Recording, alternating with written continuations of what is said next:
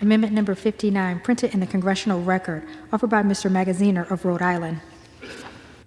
The gentleman from Rhode Island is recognized for 5 minutes in support of his amendment. Thank you, Mr. Chair.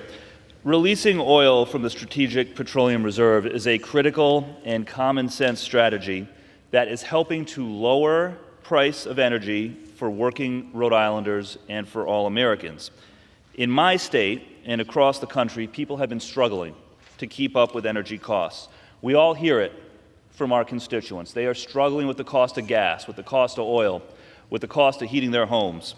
Many of us campaigned on doing something about it, which is why it boggles the mind that the Republican leadership has not yet brought us a single bill to tackle lowering energy costs for consumers, and in fact, is instead introducing a bill to restrict one of the tools the administration has to lower energy costs.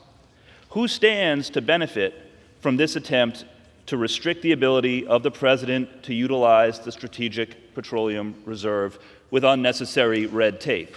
Certainly not consumers, certainly not people in my state who are struggling with the cost of energy. No, this bill puts oil company profits ahead of working people struggling to keep up with inflation.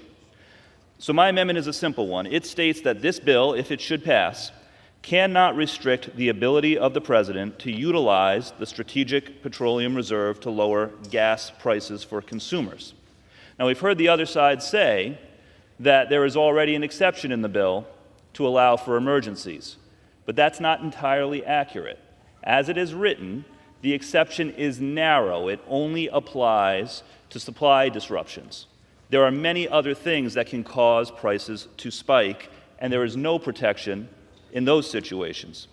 So this amendment is drawing a line in the sand. On one side stand the oil companies and their profits. On the other side are the working people of our districts who are struggling to keep up with the cost of energy.